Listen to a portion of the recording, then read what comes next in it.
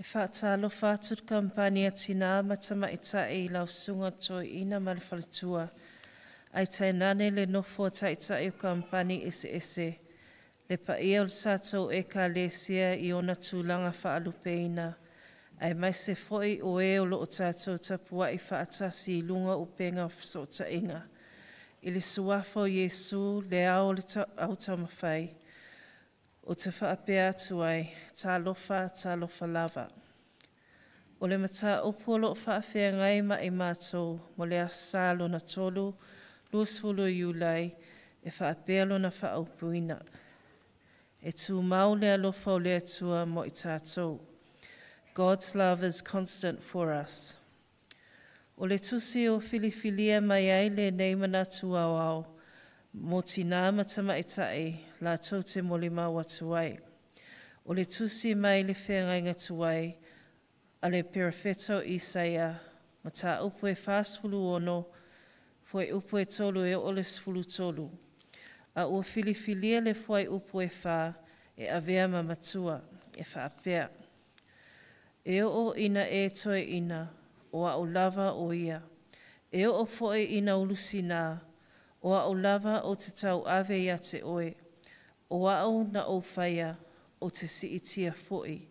O te tau ave malavea e ina oe. E whāni vaenga o vaevaena i aile nei manatu awao, ina ia mātou moli mau atu i ai. Vaenga mua, e le ngalo i tātou i le atua. Vaenga i lua, o Yesu Keriso o le tino wa aia o le alofa i tū mau o le atua. Vaenga i tolu, e ngalo i le tangata le atua, ai le mawhai o na ngalo le atua i le tangata. Ma le vaenga e wha, tū mau pea i le mawhtanga ma le atua. O vaenga ia o lea o le a mātou ta mawhai atu, mātou te moli mau atu iai. O le vaenga o le tusi a le perafeta o Isaia, o lea ua filifilia e avea matusi whaitau mo i mātou. O loo mo moli mai ai le finangalo alofa o le atua malona nuu. E le ngata o se tala fia mo Israelu lava ia, ai o se whaama whanawhananga tāua, o na ua tafa se finangalo le atua, o le atoe wha e le tawhianga sa whaawhianga i masa yuta i Papilonia. Ai o loo momoli whaatasi mai ma le whiau, o le liutino tangata o le atua, e ala i le mesia walo ia, e le ngata ina whaingoa le tama ia Emanuelu, o e iai tātou le atua, ai whaingoa ia Keriso, o le na te whaolaina laulangi. O atawa aia nā o le alofa o le atua mo i tātou.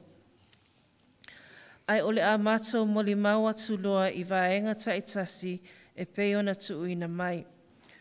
O lea o mātou tuu whaatasia le vaenga mua ma le tolu, vaenga mua e le ngalo i tātou i le atua ma le vaenga i tolu, e ngalo i le tangata le atua, ai le mawhai o na ngalo i le atua le tangata. Mai le tusia Isaia fwai upu e whasfulu iwa, oi mata upu e whasfulu iwa, fwai upu e sfulu tolu, ma le sfulu lima, whai tau whaamulmole. Ia langa oe le langi e, ia oli oe le lalangi e, ia leo te le outou maunga, ma ia langa fia, a wao whaama whanawhana ina e le ali ilo na nuu, ua ia lofa fo'i ona tangata o tinga ina. A ua whai mai siona, ua lafo a ina au i lea lii, ua ngalo mai a au i lea lii. E ngalo e lea fine la susu, na te alofa i tama, alon lava manava. Ai le ngalo lava oe ia tea. Vaenga i lua. O Yesu Keriso o le tino wa aia o le alofa e tū mau o le atua. Mo le mawina i le Ioane, mata upu e tolu, fwai upu e sfulu ono, fai tau wha mole. A wau wha apea lava o na alofa mai o le atua e lalangi, ua ia au mai lona atali e tōtasi, ina ia le whano se tasi e whaatutua ia te ia. Ma le vaenga e wha, tu maupea i le mafutanga ma le atua. Salamo mo ta upu e lusu lima, fwai upu e valu e o le sfulu, fai tau wha mole mole. O le alee e anga lei ma mia tonu ia, o le mea lea na te whaasino i natu ia i le ala i tangata ngasala. E ta eina e ia o ea nga malu i le whaasinonga, na te a oa o mai fo i ea nga malu i lo nala. O ala o malawa le alii, o le alofa ia o le whaamaoni, ta si ilona whea ngainga, maona tula fona.